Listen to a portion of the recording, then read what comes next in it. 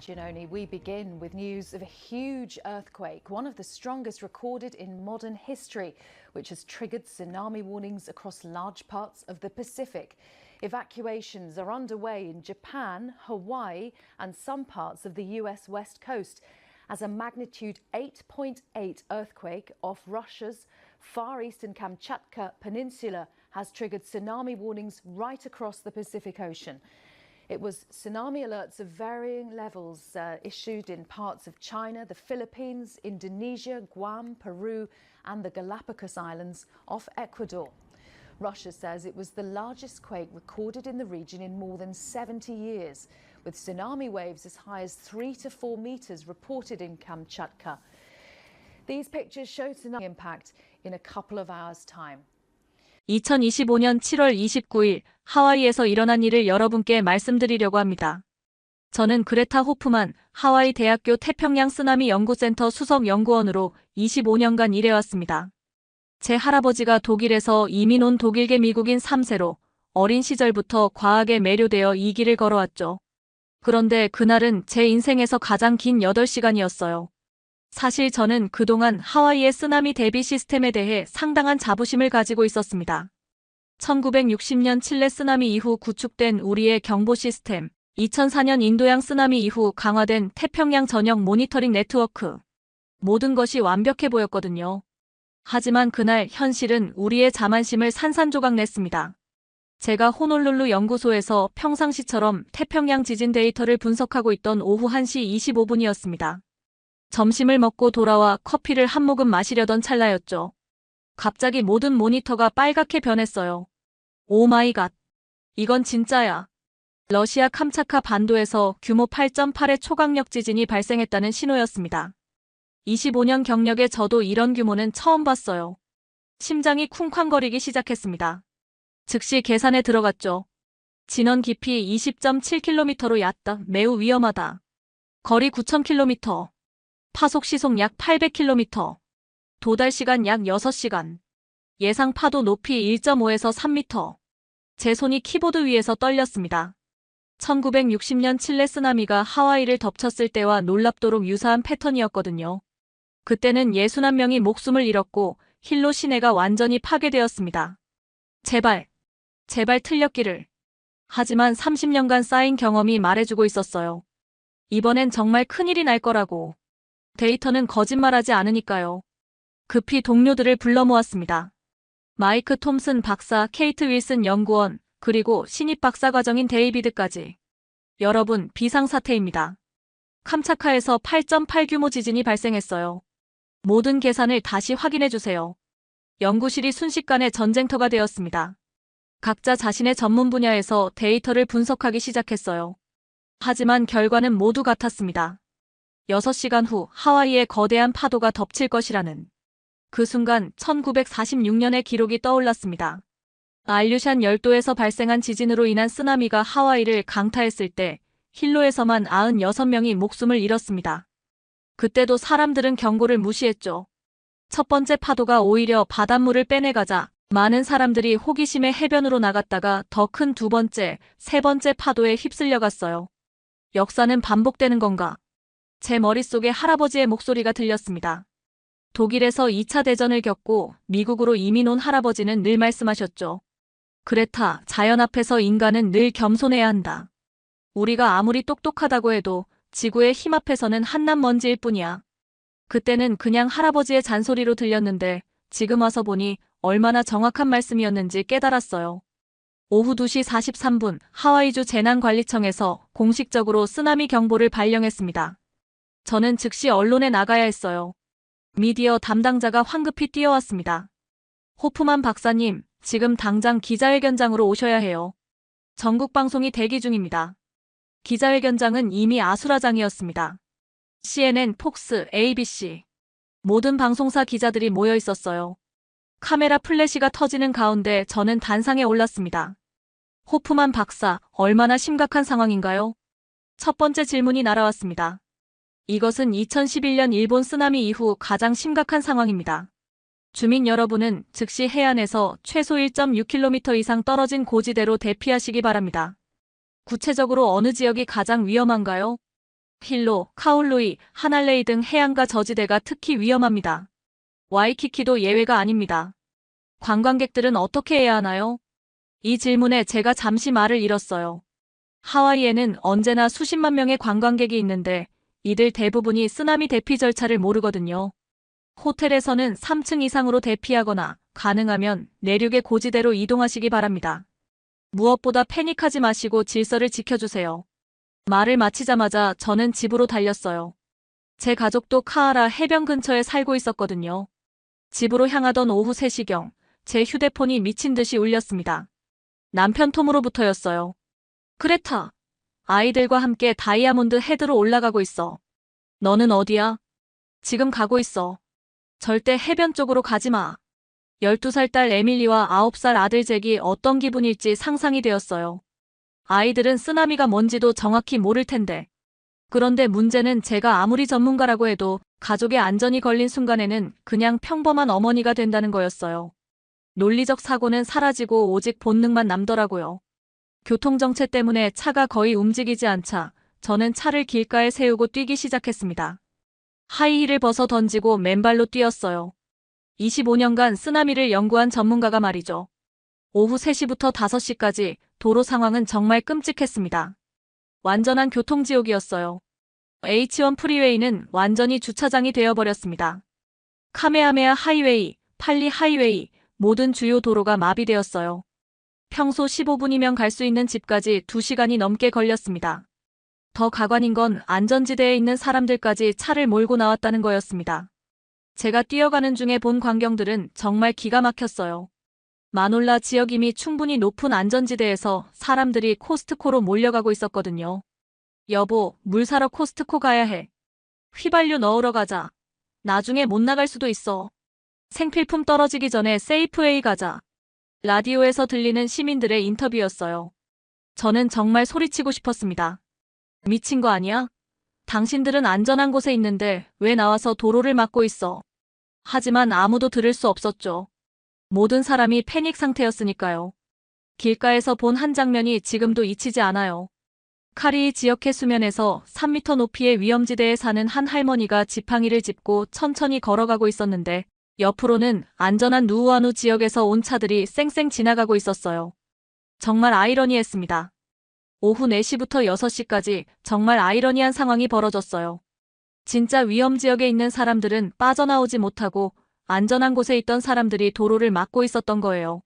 와이키키 해변가에서는 더욱 참담한 광경이 벌어졌습니다. 출입도로가 칼라카우아 에비뉴, 알라와이 블러바드, 카파훌루 에비뉴, 니미츠 하이웨이 단 4개뿐인 그곳에서 수만 명의 관광객들이 빠져나가려고 했어요. 제가 다이아몬드 헤드로 올라가는 중에 만난 애리조나에서 온 스미스 가족의 이야기가 생생했습니다. 박사님, 우리 어떻게 해야 하죠? 2시간째 차가 전혀 안 움직여요. 우리 딸이 너무 무서워해요. 10살쯤 되어 보이는 소녀가 아빠 품에 안겨 울고 있었어요. 걸어서라도 고지대로 가세요. 지금 당장요. 차는 버리세요. 그 아버지가 놀란 표정으로 물었어요. 차를 버리라고요? 렌터카인데요? 목숨이 중요해요, 차보다. 그 순간 깨달았어요. 우리는 기술적으로는 6시간의 여유가 있었지만 실제로는 교통 시스템이 마비되면서 더 위험해진 거였습니다. 사람들의 심리도 문제였어요. 6시간이라는 시간이 있다 보니 아직 여유 있다고 생각해서 오히려 불필요한 행동을 하는 거였죠. 급하지 않으니까 장보기, 주유하기, 은행 가기. 이런 일들을 하려고 나온 거예요.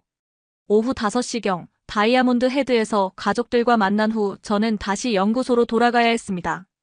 언론에서 계속 전문가 의견을 요구하고 있었거든요. 그런데 돌아가는 길에 라디오에서 들은 내용들이 정말 가관이었어요. 현재 와이키키 해변에서는 관광객들이 오히려 파도를 구경하려고 몰려들고 있다는 제보가 들어왔습니다.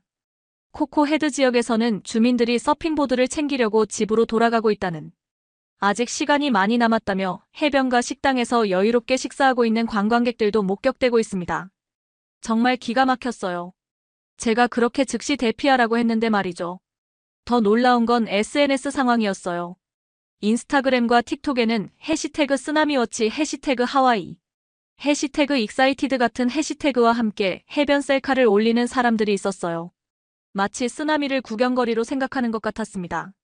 오후 6시부터 7시까지 연구소로 돌아온 저는 전 세계 뉴스를 확인했어요. 그때 충격적인 사실을 발견했습니다. 한국에서는 같은 시간 비슷한 상황에서 완전히 다른 모습을 보여주고 있었던 거예요. CNN 국제뉴스에서 한국의 대응을 보도하고 있었는데 정말 놀라웠습니다. 2024년 한국 동해안 쓰나미 모의 훈련 영상을 보여주면서 18분 만에 94%의 주민이 질서정연하게 대피를 완료했다고 하더라고요. 우리는 6시간이 있었는데도 이 모양이었던 거죠. 더 충격적인 건 한국의 시민 대응이었어요. 해안가 주민들은 경보 발령과 동시에 움직이기 시작했고, 안전지대 주민들은 그 자리에 머물면서 오히려 대피 차량들에게 길을 내주고 있었어요. 우리가 뭘 잘못한 걸까? 동료 마이크 톰슨 박사가 물었습니다. 우린 기술에만 의존했어. 사람들의 행동은 전혀 고려하지 않았던 거야. 그때 케이트 윌슨 연구원이 놀라운 자료를 가져왔어요. 박사님, 한국에서는 초등학생들도 쓰나미 대피 앱을 사용할 줄 안다고 하네요. 그리고 월 1회씩 실제 대피 훈련을 한다고. 월 1회? 네. 그것도 3년째 계속하고 있대요. 그래서 시민들이 경보만 들어도 자동으로 움직인다고 합니다. 순간 소름이 돋았어요. 우리는 기술적 우월감에 빠져서 정작 가장 중요한 사람을 놓치고 있었던 거예요. 그때 놀라운 일이 일어났습니다. 오후 6시 30분경 한국기상청에서 저희에게 직접 연락이 온 거예요. 호프만 박사님, 안녕하세요. 한국기상청 해양기상실장 김민준입니다. 현재 상황에 대해 지원을 제공하고 싶어서 연락드렸습니다. 영어가 완벽한 한국인 관계자였어요. 지원이라고요? 저희가 분석한 하와이 지역별 상세 시뮬레이션 데이터를 보내드리고 싶습니다. 각 선별, 해안별로 파도 도달 시간과 높이, 그리고 최적 대피 경로까지 분석해뒀거든요. 잠깐. 어떻게 그런 데이터가 있죠? 저희는 태평양 전역에 대한 쓰나미 시뮬레이션을 이미 완료했습니다. 2022년부터 작업해왔어요. 정말 믿을 수 없었어요. 한국이 하와이보다 하와이 쓰나미를 더 정확히 예측하고 있다는 거였으니까요. 지금 당장 보내주실 수 있나요? 이미 보냈습니다. 1시간 전에요. 제가 급히 이메일을 확인해보니 정말 있었어요. 엄청나게 상세한 데이터가. 그런데 이게 참고용 폴더에 자동으로 분류되어 있었던 거예요. 우리 시스템이 한국 데이터를 중요하지 않은 것으로 판단한 거죠. 드디어 그 순간이 왔습니다. 오후 7시 17분, 첫 번째 파도가 카우아이 섬 하날레이에 도달했어요. 모든 연구진이 숨을 죽이고 모니터를 바라봤습니다. 실시간 해안 감시 카메라에 파도가 들어오는 모습이 보였어요. 높이 1.7m. 예상보다 낮네요. 하지만 두 번째, 세 번째가 더 클 수 있어요. 정말 그랬습니다. 20분 후 마우이 카울루이에서는 3.3m의 파도가 관측되었어요. 다행히 대부분의 주민들이 대피한 상태였지만요. 가장 아찔했던 순간은 힐로 지역이었습니다. 베이프론트 로드 근처에서 교통정체에 갇혀있던 차량 20여 대가 간신히 빠져나왔어요. 정말 아슬아슬했죠. 그런데 정말 기적 같았던 건 한국에서 보내준 데이터가 정확히 맞아떨어졌다는 거였어요. 파도 도달 시간, 높이, 모든 게 오차 범위 내에서 정확했습니다. 이거 정말 대단한데? 마이크가 감탄했어요. 한국 데이터가 우리 예측보다 훨씬 정확해. 오후 7시부터 8시까지 쓰나미가 도달하는 동안 정말 감동적인 장면들도 많이 있었어요. 와이키키에서는 한 하와이안 호텔 직원이 독일 관광객 가족을 업고 계단을 올라가는 모습이 목격되었습니다. 그 독일인 할아버지가 거동이 불편해서 제때 대피하지 못했는데 20대 호텔 직원이 자신의 위험을 무릅쓰고 도운 거예요. 힐로에서는 초등학교 선생님이 방과 후 교실에 남아있던 아이들 12명을 모두 안전하게 대피시킨 이야기도 있었고요. 가장 인상 깊었던 건 마우이의 한 노인 커플 이야기였어요. 80대 할머니가 치매로 상황을 이해하지 못해서 집을 떠나려 하지 않았는데 할아버지가 우리 한국 친구들이 기다린다고 거짓말을 해서 함께 대피했다는 거예요. 나중에 안전해진 후 할아버지가 말했답니다. 70년 전 한국전쟁 때 한국에서 근무했었어요. 그때 만난 한국 친구들이 얼마나 끈질기고 꼼꼼한지 알거든요. 한국에서 위험하다고 하면 정말 위험한 거예요. 오후 8시경 동료가 놀라운 자료를 가져왔어요. 그레타, 이것 좀 봐. 한국에서 우리한테 보낸 데이터야. 화면에는 믿을 수 없는 내용이 적혀 있었습니다. 한국은 지진 발생 20분 만에 태평양 전역의 쓰나미 도달 시간과 높이를 정확히 예측했다는 거였어요. 그리고 그들의 AI 시스템이 92% 정확도로 우리 해안 지역별 위험도까지 분석해서 보내왔다는 거죠. 더 놀라운 건 그들의 예측 방식이었어요. 단순히 지진 규모만 보는 게 아니라 해저, 지형, 수심 변화, 해류 패턴, 심지어 각 해안의 지질학적 특성까지 모두 고려한 3D 시뮬레이션이었어요. 어떻게 이런 게 가능하지? 제가 중얼거렸을 때 케이트가 추가 정보를 가져왔어요. 박사님, 더 놀라운 게 있어요. 한국은 2020년부터 전 세계 주요 해안 도시 1200곳의 쓰나미 시뮬레이션을 구축했대요. 하와이도 포함되어 있고요. 우리보다 우리를 더 잘 안다는 소리네. 그런 것 같아요. 심지어 우리가 놓친 와이알로아 지역의 지하 동굴 시스템까지 고려해서 예측했더라고요. 정말 소름 돋는 일이었어요. 왜 우리가 이걸 못 받았지? 우리가 받긴 했어. 하지만 참고용으로만 분류해서 묻어뒀지. 마이크가 스크린을 가리키며 말했어요. 와, 여기 이메일 로그가 있어. 2022년부터 매년 한국에서 협력 제안을 보내왔네. 가슴이 철렁 내려앉았어요. 우리의 오만함이 얼마나 위험했는지 깨달았거든요. 오후 8시 30분 그 시점에서 전 세계 쓰나미 대응을 비교한 실시간 데이터가 들어왔어요. 일본 홋카이도부터 규슈까지 3시간 만에 200만 명 대피 완료. 하지만 여전히 일부 지역에서 정보 전달 실패. 한국 동해안 전 지역 18분 만에 대피 완료. 대피율 94%. 필리핀 북부 지역 혼란으로 대피 지연. 하지만 한국 지원으로 상황 개선.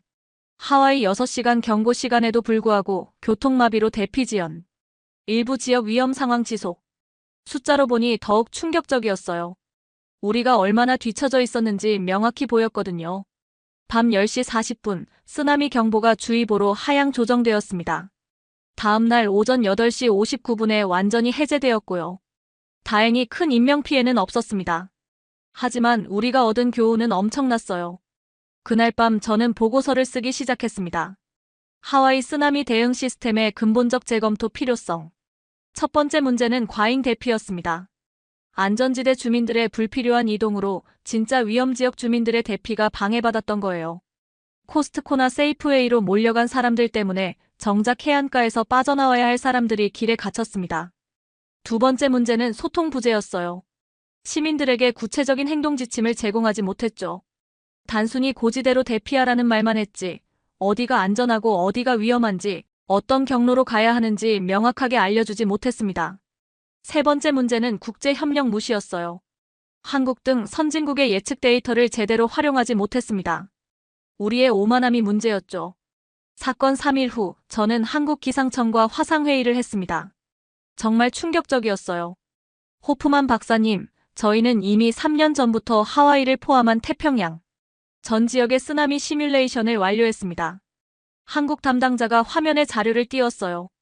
거기에는 하와이 각 선별, 지역별 상세한 대피 시나리오가 모두 들어있었습니다.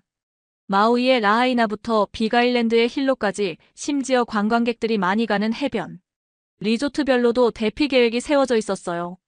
어떻게 이런 게 가능하죠? 저희는 재난을 당하는 것이 아니라 재난을 준비합니다. 그리고 바다에는 국경이 없으니까요. 한국 담당자의 대답에 소름이 돋았어요. 한국은 자기 나라뿐만 아니라 태평양 전체를 지키려고 하고 있었던 거예요.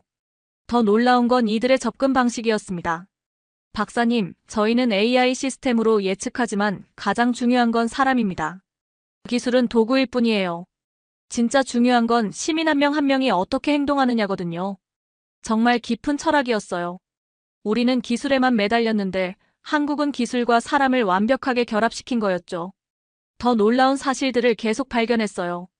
한국은 이미 2022년부터 전 세계 3,000여 곳에 긴급구조 송신기를 무료로 설치하고 있었다는 거였습니다. 하와이에도 50여 곳에 설치되어 있었는데 우리가 몰랐던 거예요.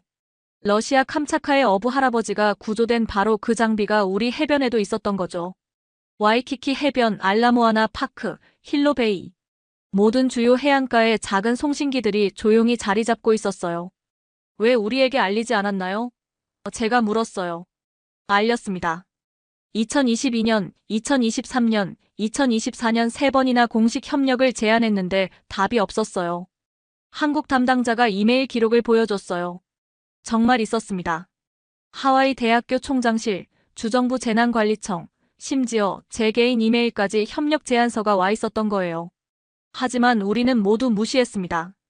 작은 아시아 나라에서 뭘 도와준다는 거야? 당시 동료들의 반응이었어요. 얼굴이 화끈거렸습니다. 우리의 오만함이 얼마나 어리석었는지 깨달았거든요.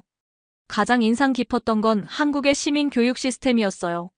저희는 초등학생부터 쓰나미 대피 훈련을 받습니다. 월 1회씩 3년째 계속하고 있어요. 화면에 나타난 영상이 정말 놀라웠어요. 초등학생들이 스마트폰 앱을 능숙하게 사용해서 개인별 최적 대피 경로를 찾고 질서정연하게 움직이는 모습이었습니다. 아이들도 이렇게 할 수 있다고요? 네. 저희는 재난 대응을 생존 기술로 봅니다. 읽기, 쓰기만큼 기본적인 능력이라고 생각해요. 더 놀라운 건 성인들의 참여율이었어요. 한국에서는 직장인들도 분기별로 재난 대피 훈련을 받는다고 했습니다. 아파트 단지별로도 자체 훈련을 하고요. 그래서 시민들이 경보만 들어도 자동으로 움직이는 거군요. 맞습니다. 훈련이 몸에 배어 있으니까 생각할 필요가 없어요. 조건반사처럼 행동하죠. 한국 시스템을 더 자세히 알아보니 정말 대단했어요. 그들의 AI 시스템은 단순히 파도 높이만 예측하는 게 아니었습니다. 각 지역의 인구 밀도, 교통 상황, 심지어 그날의 날씨와 조수간만까지 고려해서 최적의 대피 시나리오를 실시간으로 만들어내는 거였어요. 예를 들어 하와이의 경우 관광 성수기인지 비수기인지에 따라 대피 계획이 달라집니다. 관광객이 많으면 호텔별로 다른 대피 경로를 제시하고 렌터카 이용자들을 위한 특별 안내도 나가요. 우리는 왜 이런 생각을 못했을까요? 제가 중얼거렸을 때 한국 담당자가 웃으며 말했어요. 박사님, 기술은 사람을 위해 존재합니다. 사람이 기술을 위해 존재하는 게 아니에요. 저희는 늘 사람 먼저 생각해요. 그 과정에서 정말 감동적인 개인 이야기들도 많이 들었어요. 마우이에서 만난 한 일본인 관광객 가족의 이야기가 특히 인상 깊었습니다. 다나카 씨라는 50대 아버지였는데 3살짜리 딸과 아내와 함께 휴가를 보내고 있었대요. 쓰나미 경보가 울렸을 때 정말 무서웠어요. 어디로 가야 할지 몰랐거든요. 그런데 호텔에서 만난 한국인 직원이 도와줬다는 거예요. 그 한국인 직원이 자기 휴대폰으로 우리 가족만을 위한 대피 경로를 짜서 보여줬어요. 3살 아이가 있으니까 계단보다는 경사로가 있는 길로, 그리고 중간중간 쉴 수 있는 곳까지 표시해서요. 그 한국인 직원은 자신도 대피해야 하는 상황에서 외국인 관광객들을 일일이 도와줬다고 해요. 자기 안전보다 다른 사람을 먼저 생각한 거죠. 이 모든 일을 겪고 나서 저는 깨달았습니다. 우리가 배운 가장 중요한 교훈은 이것입니다. 기술만으로는 부족하다는 것, 그리고 진정한 리더십은 자랑하지 않는다는 것입니다. 한국은 우리를 구했습니다. 하지만 그들은 한 번도 그 사실을 자랑하지 않았어요. 그저 조용히, 묵묵히 사람들을 지켜왔을 뿐입니다. 지금 저는 하와이 대학교와 한국 기상청 간의 공식 협력 협정을 추진하고 있습니다. 한국의 AI 예측 시스템을 실시간으로 받아보고 그들의 시민 교육 모델도 도입할 계획입니다. 더 중요한 건 우리의 인식이 바뀌었다는 거예요. 이제 우리는 한국을 단순한 아시아의 작은 나라가 아니라 세계를 조용히 지켜주는 진정한 파트너로 보고 있습니다. 벌써 몇 가지 변화가 시작되었어요. 하와이 주정부는 한국형 재난 대응 앱 도입을 결정했습니다. 각 개인의 위치와 상황에 맞는 맞춤형 대피 안내를 제공하는 시스템이에요. 또한 모든 호텔과 리조트에서는 체크인할 때 의무적으로 쓰나미 대피 교육을 받도록 했어요. 3분짜리 간단한 영상이지만 생명을 구할 수 있는 소중한 정보들이 들어있죠. 학교에서도 변화가 시작됐어요. 이제 하와이 모든 초중고등학교에서 월 1회 실제 대피 훈련을 실시합니다. 한국처럼 말이에요. 가장 인상 깊었던 건 시민들의 반응이었어요. 우리도 이제 한국처럼 재난을 준비하는 사람들이 되어야 해요. 한 주민이 저에게 말했어요. 정말 의식이 바뀌고 있었습니다. 우리의 사례가 전 세계적으로 주목받기 시작했어요. 캘리포니아에서는 하와이 모델을 참고해서 자체 쓰나미 대응 시스템을 개선하고 있고, 일본에서도 한국과의 협력을 강화하고 있다고 들었어요. 특히 필리핀과 인도네시아 같은 태평양 도서국가들이 한국에 도움을 요청했다는 소식도 들렸어요. 한국의 조용한 기술 외교가 전 세계로 퍼져나가고 있는 거죠. 25년간 이 분야에서 일하면서 저는 늘 미국과 일본의 기술이 최고라고 생각했어요. 그런데 정말 멍청했죠. 진짜 중요한 건 기술의 수준이 아니라 그 기술을 어떻게 사람들을 위해 사용하느냐였던 거예요. 한국은 그걸 완벽하게 이해하고 있었습니다. 기술은 사람을 구하기 위해 존재한다. 이게 한국 시스템의 핵심 철학이었어요. 우리는 기술 자체에 매몰되어 있었는데 한국은 기술을 통해 사람을 구하는 것에 집중했던 거죠. 이제 우리는 새로운 하와이를 만들어가고 있어요. 더 이상 쓰나미를 두려워만 하는 게 아니라 쓰나미에 대비하는 하와이가 되었습니다. 한국이 보여준 것처럼 재난을 당하는 게 아니라 재난을 준비하는 곳이 되려고 해요. 무엇보다 중요한 건 마음가짐의 변화예요. 이제 우리는 혼자가 아니라는 걸 알게 되었습니다. 태평양 건너편에는 조용히 우리를 지켜주는 사람들이 있고 우리도 그런 사람들이 되어야 한다는 책임감을 느끼고 있어요. 지금 제 연구실 벽에는 한국어로 쓰인 문구를 걸 예정입니다. 바다에는 국경이 없고 생명에는 국적이 없다. 2025년 7월 29일 하와이가 배운 가장 소중한 교훈입니다. 우리는 더 이상 혼자가 아니에요. 태평양 건너편에는 조용히 우리를 지켜주는 사람들이 있고 우리도 이제 그런 사람들이 되어야 합니다. 그날의 8시간은 하와이 역사상 가장 긴 8시간이었지만 동시에 우리를 더 나은 사람들로 만들어준 8시간이기도 했어요. 한국이 보여준 진정한 리더십, 그들의 조용한 헌신, 그리고 사람을 먼저 생각하는 마음. 이 모든 것이 우리에게 새로운 희망을 주었습니다. 앞으로 하와이에 또 다른 쓰나미가 올 수도 있어요. 하지만 이제 우리는 준비되어 있습니다. 한국이 가르쳐준 대로 기술과 사람이 함께 만들어가는 새로운 안전 시스템으로 말이에요. 감사합니다, 한국. 당신들이 보여준 진정한 리더십을 우리는 평생 잊지 않을 거예요. 그리고 우리도 이제 다른 누군가를 조용히 지켜주는 그런 사람들이 되겠습니다. 저는 그레타 호프만 하와이 대학교 태평양 쓰나미 연구센터에서 2025년 7월 31일 호놀룰루에서 이 이야기를 전합니다. 감동 맛집 구독자 여러분, 오늘의 사연 어떠셨나요? 다음 이야기로 찾아뵙겠습니다. 구독과 좋아요 잊지 마세요.